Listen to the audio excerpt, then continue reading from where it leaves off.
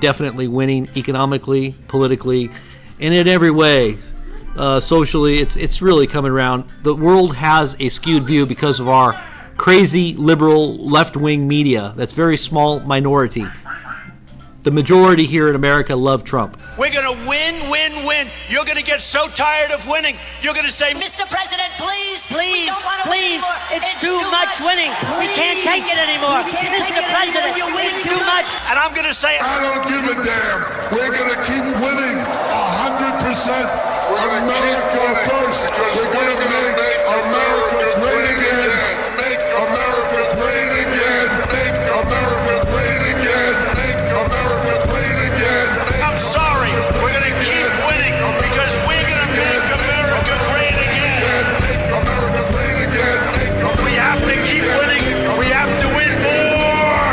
We're going to win more. We're going to win so much.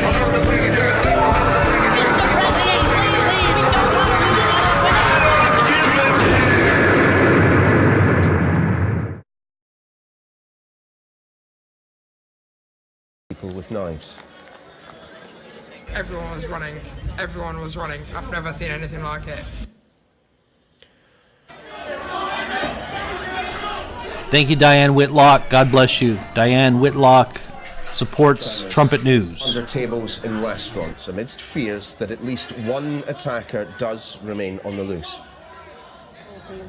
Police lead dozens of people to safety as witnesses tell us their stories. On the Borough High Street, on corner Borough High Street and Suffolk Street, yeah, two armed marked police behind the X5, black X5. No, get back! Well, in the last hour, a picture has emerged of what appeared to be an attacker with canisters around his waist. But this is the scene at London Bridge itself, where explosions have been heard and nearby hospitals are on lockdown.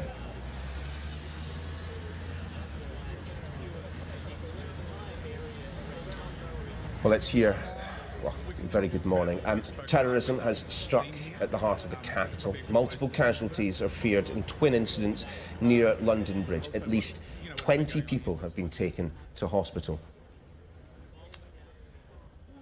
This is the picture which appears to show one of the attackers.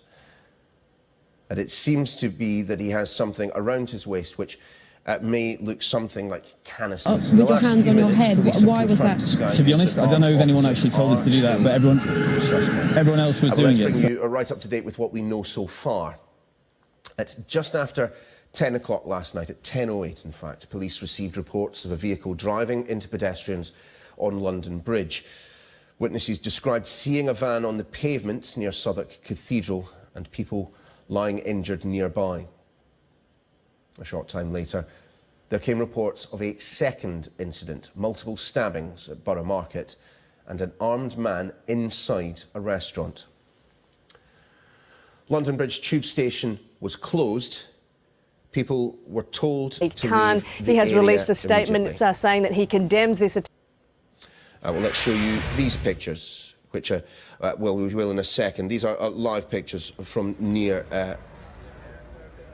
London Bridge. Let's just bring in our... well, let's first, we will speak in a second to our Home Affairs correspondent, Mark White. But first, let's show you some pictures which a viewer sent us from a restaurant in London's Borough Market. This was the scene at the Wright Brothers Oyster and Porterhouse. Staff reportedly saw two men armed with knives and with items around their waist. Diners were evacuated to the cellar. This is what happened when the police arrived. Police order is we're going to follow those. We're going to get to a safe area. It's right out of the restaurant, right again, and we're going to follow those guys. Right out of the restaurant, right again. We're going to follow the guys. Okay, just follow everyone. Is the police there to do that? Yes, yeah. And they're here? Yeah, they're here. But heads down, I don't know. Heads down. Sorry, guys. Wait, stop. Keep moving as quick as you can. Go. Move. What's the lady? Can you calm it down, please? Calm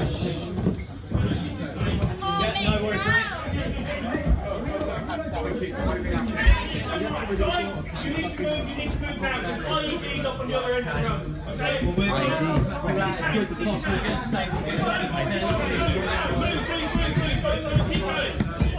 Keep going. Keep it moving. Up to that officer, turn right. Go up to that officer, turn right. Up to that officer, turn right. Thank you. Okay.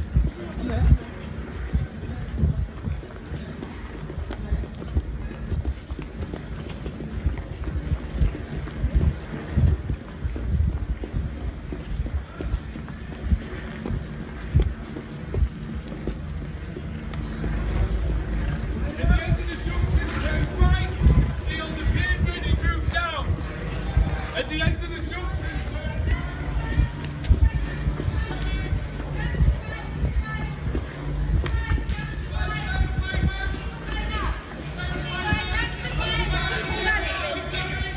Keep going down, stay on the right area, keep going, stay on the pavement. Just on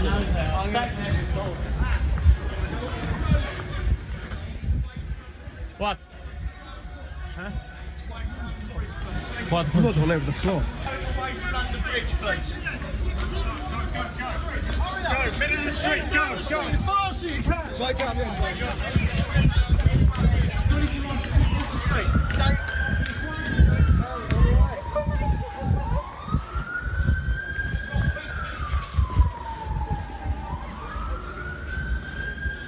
With those pictures, we can give you a very clear idea of what it must have been like for those caught up in the incident, not knowing what was going on, not knowing where was safe to run to, not knowing what was happening. Let's bring in our Home Affairs correspondent, Mark White, who's been in the heart of Central London, been in the heart of where these incidents have been taking place all evening. And Mark, just a little bit earlier on, we saw one of the Met Police's mobile command units being moved in to the area. They only worry about evidence. They don't worry about any conjecture or any conspiracy theories. When they have evidence, that's when they go into motion. So now you have to shut down that. There is something of a hunt continuing. That's right. There were those reports of at least the FBI did not act on evidence. Okay, that's what they don't know where the data is at that point. Comey comes out on the 5th to cover himself on July 5th, and then the next step that we have is the upload of the NGP van data, the mega upload of the NGP van data to Clinton Foundation headquarters, and also NGP van headquarters in Somerset, Massachusetts. I knew that body of work was out there. Seth Rich did transfer that body of work. Otherwise, they wouldn't have shut down the Capitol 2 days. The next day, I believe, they shut down the Capitol after he hands the thumb drive. The next day is on the 8th, I believe, is when the ones are going to steal the 20 different computers and all the Blackberries, because they've got to find the data. That's why she's going around the Longworth office building, I believe. I don't know the date of that email where they're going around the Longworth office building trying to figure out when they can go in and get that data. And that's when they're in panic, on the 8th of July. On the 9th, they set up the death of Cetrich. On the 10th, they're doing cleanup. And I believe the meeting on the 5th with Comey is when they say, look, on the 5th on Comey, McCabe figures out that it's Rich again, or it's Rich. He finally figures out Rich, it's the second time. He missed it the first time, he figures it out the second time. That's why the meeting's at the White House with Creamer on the 6th. That's why they go ahead with the plan to get rid of Seth Rich, because they can't have him giving a third thumb drive. They then lock down the Capitol. The Wan brothers come in and take everything, the laptops, and they take the laptops and they take the Blackberries. They have to get them all, and that's what ended up over at the Lorton home. Those are the laptops and Blackberries that ended up over at the Lorton home. Comey's deep dive on the 5th or over July 4th. It's going to be somewhere between July 1st and July 5th. there's going to be an all-out deep dive to find the data. Who has the data? Where did the thumb drives go? Who replicated that data and moved that data on? Okay, so that's the key part here.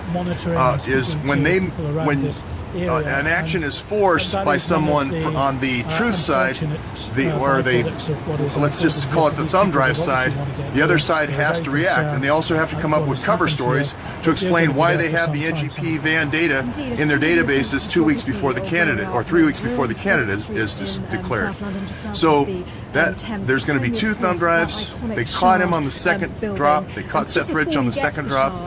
I still don't know about the third drop later with Braverman later on, but it's going to be Seth Rich with 2 drops, not just 1 drop. 1 at the end of May and 1 at the end of June. Now, it took 7 months of everyone establishing modus operandi with me pointing and doing slides and so forth, to establish this 30-year history of Hillary and how she's operated. Comey confirmed that, and also McCabe confirmed the BlackBerry syncing with the memo. So that first 7 months took a long time. The first part of this puzzle was really difficult. The second piece was no one was coming forward with any information. Even though I was doing the series and so forth, we had to go to Jason and I had to go to Washington. We had to start speaking really loudly in the congressional offices saying, Awan brothers, Awan brothers, Awan brothers. And we said it to about 40 different people. That forced Debbie Wasserman. Sky sources are confirming that, which I'm afraid all of us will have been suspecting since the incident. We first became aware of the incident, that there have indeed been fatalities in the attacks that have taken place tonight. Okay, day 223, part 2. What an exciting day, huh? That was some drama. Or elsewhere, we're told. So, however, who knows if we were framed or not? We all thought we were doing the right thing. And so I can't be 100% certain of anything right now because so many people have betrayed us. But the flip side of this that I found out through this crowdsourcing experience is so many people haven't betrayed us. So many people have done courageous things, which I really appreciate. I want to say thank you to everybody who have contributed searches or who did extraordinarily courageous things like that happened with it. And I didn't know until this morning that we may be getting framed up here in the whole InfoWars. Well, I guess I have to call it fake news too. So anyway. It's really, I think the deep state played their last card today, and I think they lost. Around 6 gunshots, really loud sirens because all the police were coming, huge crashes. Yeah. And then from there, I mean, again, police sirens, fire trucks, ambulances, everything, and we heard a lot of commotion, so a lot of screaming, day 222, part 12. I just had somebody call me from Scotland, which is kind of neat that people are, we're it's a lot. At first there wasn't, but after a few minutes, everybody started coming. There was just a moment. I mean, initially there was a moment of confusion. There was a moment of just not knowing what exactly was going on, and that was probably the scariest part because again, no one really knew what, where, how, and what was exactly happening. Thankfully, then the police did come, quickly, and then they took control of the situation, basically telling everyone to evacuate and to get as far from the place as possible. Yeah, we were actually just gonna stay there and just hide out, but then we were peeking outside the window to see what was going on, and they called us down. They told us to just leave. So we grabbed all that we could because we're from Canada, so we have a flight tomorrow that we're supposed to leave to. So all of our luggage and stuff is back there. The system comes from, everything's barred down, so we left everything there. Thankfully, I mean, we got out safely, and then we basically ran with everyone as far from the place as possible, followed the police's or the orders pretty much. But the biggest thing again, before the police came, especially there was a lot of question marks, a lot of fear and confusion. I mean, especially downstairs because there were people running out in all different directions, and thankfully the police were able to kind of funnel them But anyway, out of harm's way for the most part. She said that they put this technology into the banking sector being caught up in an incident such as this in an unfamiliar city.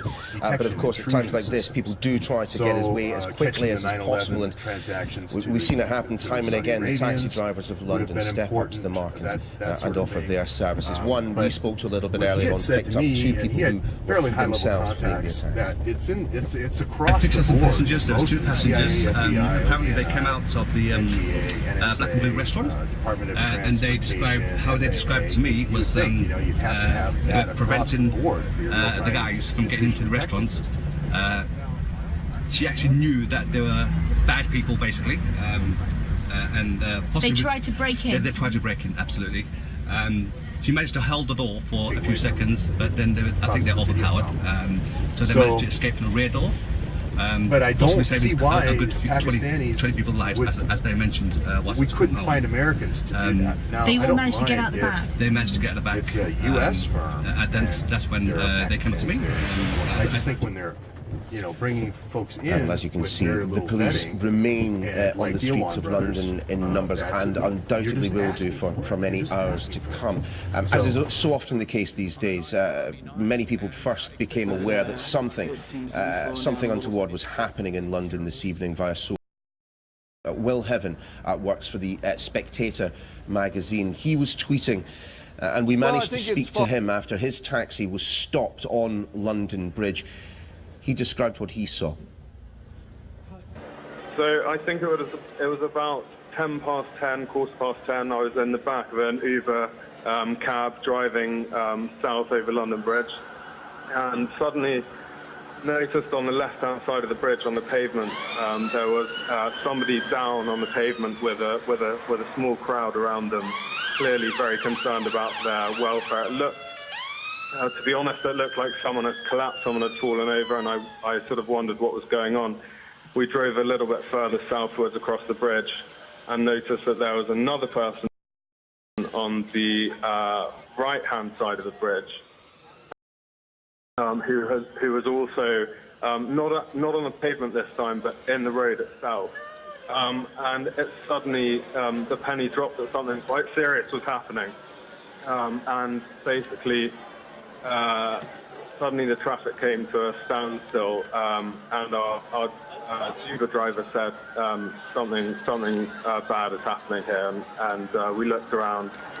We could hear sirens coming, and then suddenly, further ahead of us, we noticed another casualty in the road, and then the traffic coming from the opposite direction, coming from the south, stopped, and a driver of a black cab said, there has been a terrorist attack. I think the phrase he used was, it's Westminster all over again. They said there were numerous people in the road, and then a second cab driver stopped and said there had been a series of stabbings. I have I didn't see that myself, so I can't confirm that. But that's those are the reports that we heard. I certainly saw people who looked as if they'd been run over.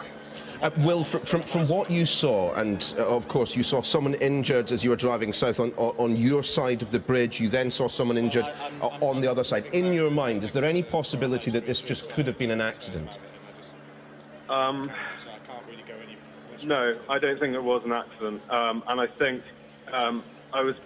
I would say, particularly judging from the response of the emergency services, it was clear that something very serious was going on. So we stopped, after we'd seen all of that, we stopped in standstill for a few minutes. And I turned around, and behind me, very soon after that, I saw 2 policemen get out of a BMW 4x4, and they were holding machine guns, and they were putting on helmets. It was clear at least that they thought they were responding to something far more serious than a road traffic accident. And indeed, so it proved. It was not long after speaking with Will that we had confirmation from the Metropolitan Police that they were treating that incident on London Bridge, and indeed another incident in Borough Market, as terror-related. In fact, it was the Metropolitan Police that confirmed that shots had been fired in the market after they'd been called there in response to reports of an individual wielding a knife. A little bit earlier on in the evening, however, we spoke to Tony Murphy. He stays in a flat adjacent to a bridge next to London Bridge. He couldn't see London Bridge directly, but it was at this point in the evening, at around about 11:15 last night, that it became clear that this was not a road traffic incident, that this was a significant attack in a number of locations. He spoke of gunfire, and at this point it was unclear whether or not that gunfire was on the part of the police or on the part of those attempting to do harm to London. I'm actually military, and about half an hour ago, preceding all the problem, I have a flat which is adjacent to Southwark Bridge, so London Bridge is across the way, and in fact there was tremendous gunfire, which I thought at first it was fireworks, but then I recognised it was significant gunfire, and that was the first instance, and only afterwards, very rapidly, because I'm on Upper Thames Street here, then the emergency started about 10 minutes after, but the whole incident started with gunfire, and it was significant gunfire. It went on for quite a few minutes, which other people would have thought it was fireworks, but of course I recognized it immediately. So, I mean, that was the precipitating cause. And after that, the whole shooting match of ambulances and police and what you're seeing on the television screen at the moment, but I was worried about it, and in fact I texted my family to say there was gunfire even before this started. Tony, so when you heard this gunfire, was it, in your opinion, as former military yourself, was that one weapon firing a burst, or did it appear that it was more than one weapon? Well, there was rapid fire, because that's why I thought it was fireworks at the time. There was quite significant, it went on for quite a significant amount of time, sufficient for me to get out of the chair and have a look through the window to see if it was fireworks. And it was still going on, so it happened for a while. But that was before there was any police response, which took about 10 minutes, because they all passed my flat along Upper Thames Street, which I saw them, and the helicopter was in fact, the responses were unbelievably fast, including a helicopter. So, Tony, roughly what time did you first hear that burst of gunfire? That was, I lose track of time. It would have been about over half an hour ago, 40 minutes ago. It was about, the police came about 10 minutes afterwards, when they were on the scene passing with all the first police to go. Would have been about 10 minutes after I heard the gunfire. One can understand why Mr. Murphy believed that sustained burst of gunfire came from London Bridge. That's where he saw the most, well, he heard the most activity, police, ambulances, other emergency personnel heading there in numbers. However, and this has not been confirmed, of course, but it certainly does appear that the gunfire happened in Borough Market. A little bit later on in the evening, we heard from the Metropolitan Police confirming that shots had been fired. No confirmation that they were the ones that fired them. But we did speak to one young man who'd been eating dinner close by. Brindisa restaurant, yeah? Tapas Brandis. Yeah, on the Borough High Street, on corner Borough High Street and Southwark Street. Yeah, 2 armed marked police behind the X5, black X5. No, get back. 3 shots let off. Did you see what they were 3 shots? No, but there's a crushed van outside Brindisa. Yeah, like, so it looks like that's obviously where vans hit or something. And unfortunately, all through this evening, it has not been difficult to find people who could speak of the injuries that they had witnessed. Lara Al-Osta saw 3 people lying on the ground. So we were at the pub, came out and we ordered an Uber. That got cancelled, but we saw people running, saying, run, you need to run, people getting stabbed. So we jumped in the nearest car, someone offered us a ride, and literally we just went around the block. We saw a body on the floor, lots of people around it, and I think that was before the pedestrians on actual London Bridge. We came up to London Bridge, and then we saw 2 pedestrians on the bridge, and police telling us to run. We need to run to the other side, north of the river. How many people did you see on the ground? 2. The first one, obviously 3 altogether. And then we saw someone actually right there, actually covered in blood with like shorts covered in blood, and I've got a video of that as well. Were people panicking? Yeah, everyone was running. Everyone was running. I've never seen anything like it. But was this on the London Bridge? Because I've just said It started before the bridge. It was underground. So the other side of the bridge? On the other side, south of the river. One has to say, given that this is a fast-moving story, the Metropolitan Police have been at great pains to get as much information out just as quickly as they can. The very latest on their social media presence is this. They're saying that if you're concerned about friends or relatives who might be affected, that you're to contact the Casualty Bureau. The number for that, 0800 096 1233. Also a local London number, 0207 158 0197. If you want to find those numbers, you can. I've just retweeted those on my own Twitter account at Sky News Neil. The number's also on the screen. But clearly, that is not a number for general inquiries, only a number if you are concerned for the safety of friends or relatives who may well be caught up in events this evening. Certainly 4 people who were caught up in and around London Bridge and Borough Market. It must have been hugely distressing. We had reports for quite some time that the police were in fact going into bars and getting people to leave as quickly as possible. Some evidence of that provided on Twitter by the account at Yatesy17.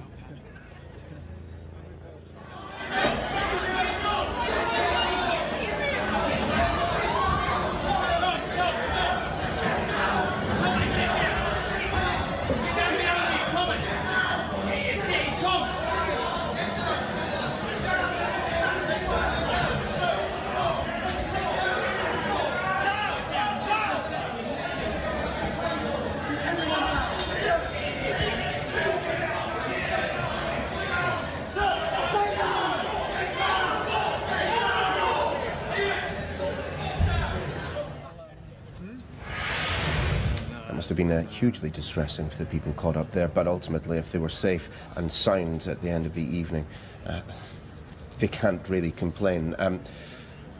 So 2 separate locations, and as you can read on your screen at the moment, sources telling us that there have been fatalities. We await official confirmation of that. Borough Market was the secondary location, it appears, where the focus moved to after events on London Bridge itself. Our reporter on the scene there spoke to Simon Thomas. He witnessed events in and around the market. Yeah, I was just outside Borough Market, and I just saw suddenly loads of people run away from the market, and there was people lying on the ground, and there was a taxi driver who had a sort of window down. He was really shouting at people to run. We ran for like 100 metres, and then sort of loads of police cars turned up, and there was kind of a period of quite intense gunfire. I hid in a restaurant basement for about an hour, and then we were down there for quite a while. The police told us to get out, and then there was more gunfire, I'd say, pretty much as soon as we left the building. So we've been down there for about another half an hour, and then they've just evacuated us now. So. And what were the police telling you about what was happening, what the events were? We didn't know. They didn't tell us anything. Well, they didn't. Well, they just said there'd been an incident. They didn't give us any details. But we could see on the CCTV there were people outside the restaurant on the grounds. And these were people who had been injured? Yeah. The police just said there'd been casualties, so I don't know what extent of their injuries were. And how did you feel? You didn't know what was happening? Yeah, I mean, it's terrifying. Yeah. I don't know. Still in a state of shock, to be honest. And we just saw the police escorting people coming out from that area with their hands with your hands on your head. Why was that? To be honest, I don't know if anyone actually told us to do that, but everyone else was doing it, so just kind of started doing it as well. But yeah, I'm not sure why. Sorry about that. That's fine. And so when you were the cab driver was initially saying what he had seen. Yeah. What were you seeing at that time? Just saw people on the floor and then just ran. And just the wave of people running away, but didn't see anything else apart from that. And are you able to say how long after you had seen that cab driver, seeing people lying on the floor, did you start hearing gunfire? Can you estimate how long that may have been? 5 minutes, maybe a bit more, maybe a bit less, but within that margin. And how many people were crowding in this? You described being in a basement. How many people? It was about 20 of us, about 20 people. Yeah. And were people sort of looking on their phones? How are you finding out what was happening? Yeah, people were looking on the phones, but the news was a bit slow to kind of catch on. But yeah, people checked Twitter and rang relatives who then sort of checked on news websites, and it slowly came through. And as you were coming out, what were you able to see? Because obviously now we're standing sort of about sort of 10-15 minutes walk from where you were now. What were you seeing as you were coming through to this point? Lots of kind of first aid kits and lots of medical kind of things. There were people on the ground previously, and apart from that, just lots of armed police and vans and that kind of thing. And what exactly were the police saying to you as they're trying to get you out of the area? And they said they're looking for suspects across London, and that we potentially weren't safe where we were, and that we should move basically towards this Waterloo, which was the safer area. And I imagine there were plenty of people around you, and yourself. You describe yourself being in a state of shock now. Yeah, pretty much, definitely.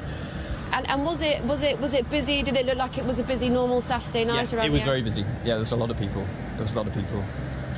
It's kind of hard to tell when people are moving, but yeah, it was certainly walking up to the station, it was very busy.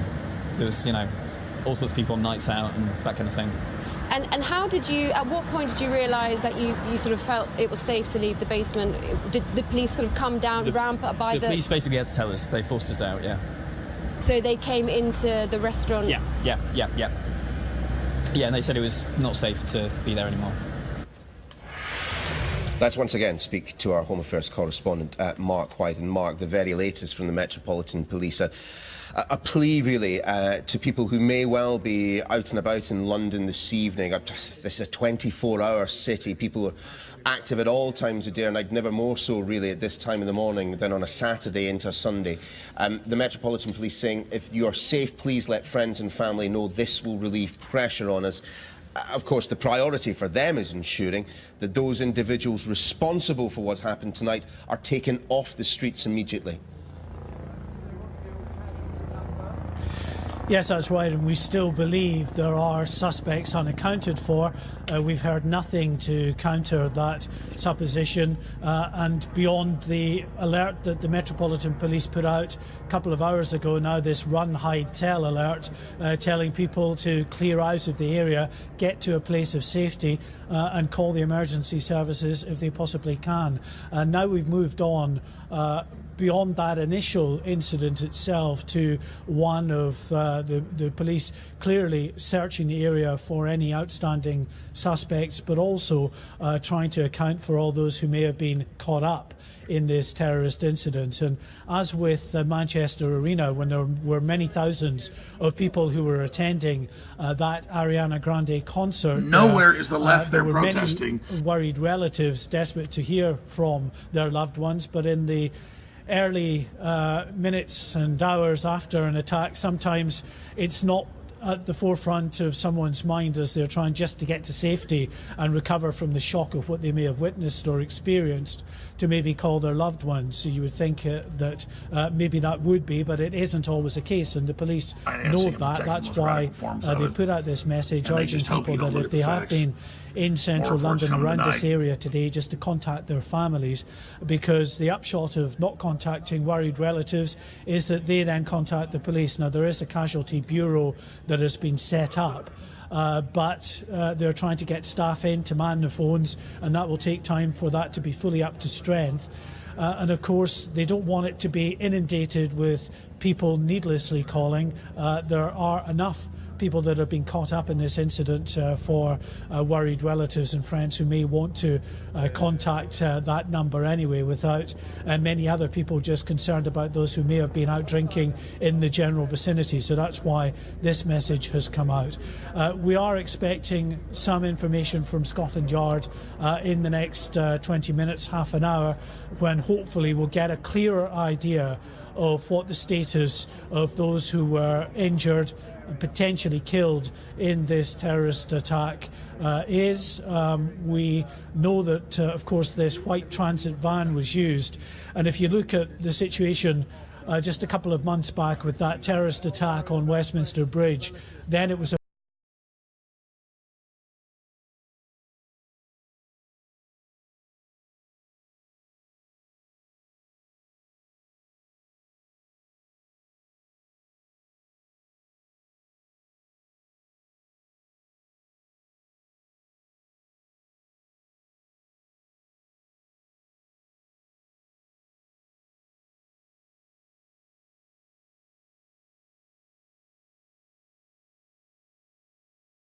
after a terrorist mowed people down on nearby Westminster Bridge, killing 5 and injuring 50. Reports that a white van veered off the pavement on London Bridge and struck several people. This witness describes what he saw near the bridge. 2 armed marked police behind the X5, black X5. Then get back. 3 shots let off. 3 shots. That makes no sense to me. And you as a financial auditor and... I served on a billion-dollar multinational board of directors and oversaw many investigations, and you use original sources. There is absolutely no reason to use a copy, and in fact you compromise the integrity of your work by doing that. So it defies logic. You're right, Trish, it does defy logic that you would have updated and extracted the files before you actually sent them off to period of quite intense gunfire. Your own investigation by whereas when you were given those files, you were British supposed media to take them reporting and that give them several directly men to jumped out of the WikiLeaks van and started randomly stabbing pedestrians. People are seen running down the street in panic. Now there's 2 different London police are urging the public to remain calm but be alert and vigilant. President Trump tweeting, quote, whatever the U.S. can do to help out in London and the UK, we will be there. We are with you.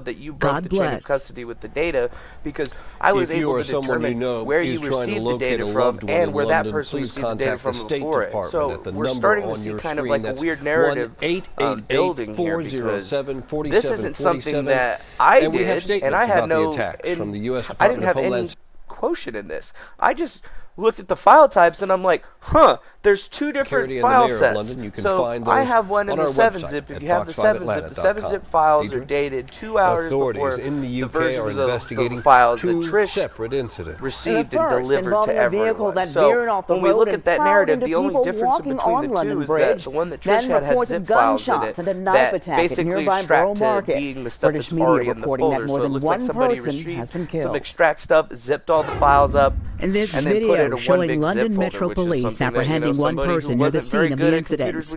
A terrorist attack on a busy and crowded Saturday night in the heart of London. This unfolding a few weeks after a terrorist mowed people down on nearby Westminster Bridge, killing 5 and injuring 50. Reports that a white there's a logical explanation for it that we'll be covering in our main live stream tonight. If I had one word to describe what that might be, why the files are different, would it be wrong to say pandemic? It could be. It could be. Anything could be in there. Change it. Why change it? Yeah, when this is so crucial. Right. This is crucial evidence. Exactly, it's crucial evidence. So why are you guys running with the changed portions of the files as opposed to random? And you guys are trying to say that it's pandemic. That's not how pandemic works. Pandemic is something that goes onto a Windows server, and if you download the files that are connected to a shared folder, it can manipulate the files that you download. But the thing is that wouldn't be associated to this, because there would have been no point in time that would have been on that. It would have been sitting from Linux server people to are Linux seen server running to down the Linux street server. in panic. Yeah, it's a whole case rests on this. Kim.com. You're right. A whole case rests on it. You fucked up the chain of custody. Spoofing the Seth Rich file.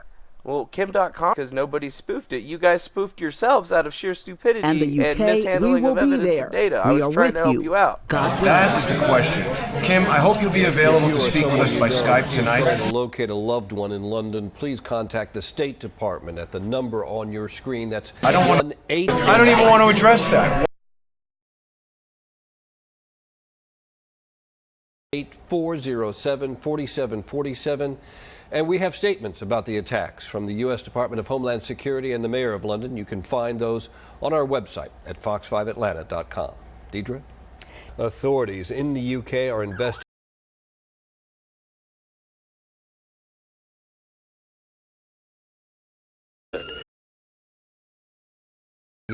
two separate incidents. The first involving a vehicle that veered off the road and